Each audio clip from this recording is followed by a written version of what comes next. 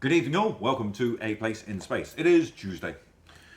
New comics here, let's do it. Right, we have Savage Spider-Man #1. Written by the immortal Mr. Joe Kelly at this point. This looks disturbingly violent for a Spider-Man story. It looks very cool. Everyone's favourite symbiote is somewhat overcome, afflicted, some may say, by ferocity. Looks very cool. I'm going to speak about that again in a couple of minutes' time. Join me then. Right, Star Wars House on Mega City #1 is out now. This joins the canon of all things Star Wars out on Marvel right now. I'm going to be honest, at this point I've lost track.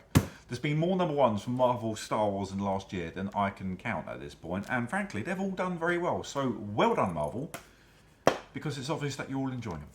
Geiger, #1-ish kind of, is an 80-page giant, which essentially at this point is its own graphic novel in one. Redcoat stars front and foremost in this one, continuing all things by Mr. Gary Frank and Jeff Johns, which is very cool. Right then, he says, losing track of where he is. Fantastic Four, Reckoning War Alpha.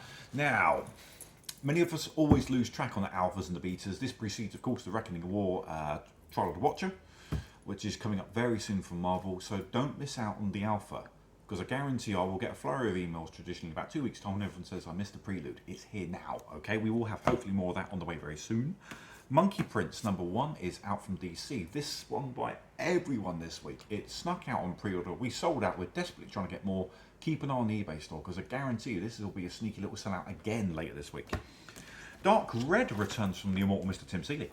Now, you may remember that the preceding series was regular comic book format size. This is not so. This is kind of like the DC Black Label size they do. And it's, again, a chonky boy. Very cool.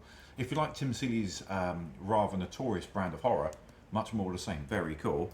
And I want to draw a little bit of attention super quickly to this, the official Image timeline, which is kind of like a really nice little celebratory, I don't know, recap of their entire publishing timeline, and it's just very, very cool because in here there are some absolute gems. And when I was blasting through it earlier today, it was really nice to see, oh Christ, yeah, just how many of them I actually have owned and read in the past, and just how much I haven't really. They've done tons. A few quick more. Now, these aren't necessarily #1s, but they are worth drawing attention to because at this point it's really nice to draw attention to the books that continue to be awesome. It's not always about the new #1. It's not always about the beginning point. Part of the love of comics is always about collecting continuously excellent stuff. So you've got the Dark Knights of Steel from DC. That's been bang on since issue 1. Batman 120 is now being done by Mr. Williamson and George Molina on the artwork. I did bang on a little bit about this preceding issue, but I will do so again because it looks like that. And that is lovely. Well done to all involved. Very cool. Another one that you're sick of me talking about at this point, but I'm not giving in. This is Arkham City, The Order of the World. That's one of the spookiest little covers I've seen, or at least it will be for another minute and a half until I show you what Derek Chew has done. Amazing Spider-Man introducing Miss New Mademoiselle Queen. I guarantee you she's going to be sold out by the end of this week, so get your paws on her quickly if you want it. And Noctera by Mr. Scott Snyder and Tony Daniel continues to be awesome. I think this got 3 issues in before someone decided to snap it up for a TV show. I think that says volumes alone. And it's back after what feels like years in the wilderness. Alien is on issue 9, and that is a corker of a cover, as I must say as well. The Alien covers have been consistently grand, as have these. These are some covers of the week I picked out. This is the Dark Knights of Steel again. This is the variant cover for this week's issue. Absolutely love Miss Harley Quinn being the bard of old there. Very cool. Mr. Fabok is effing fantastic, I think it's fair to say at this point, and it is an absolute delight to see his pencils in black and white, because that man is freakishly talented.